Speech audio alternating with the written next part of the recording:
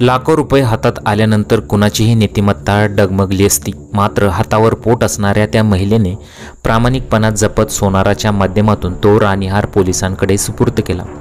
तसेच पोलिसांनी तो हार मालकाला परत केला।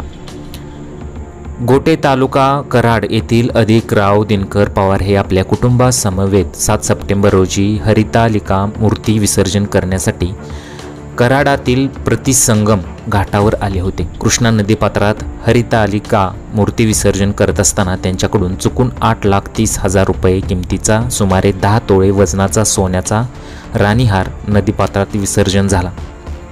दरम्यान 4 दिवसांनी 11 सप्टेंबर रोजी शिवाजी स्टेडियम जवळ राहणाऱ्या नूरजहां फकीर या प्रीतिसंगम घाट परिसरात भंगार गोळा करण्यासाठी गेल्या। भंगार गोळा करत असताना त्यांना राणीहार दिसला। त्यानंतर नूरजहां यांनी तो राणीहार त्यांच्या ओळखीचे सराफ व्यावसायिक निसार सय्यद यांच्याकडे आणून दिला। निसार सय्यद यांनी याची माहिती माजी नगरसेवक सिद्धार्थ थोरवडे यांना दिली।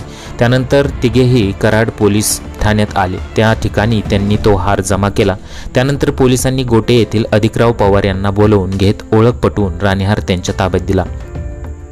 नूरजहां फकीर यांच्या प्रामाणिकपणाबद्दल त्यांना 10,000 रुपये रोख रक्कम त्यावेळी त्यांच्या सोबत असणाऱ्या महिलांना साडी देऊन त्यांचा सत्कार केलेला आहे।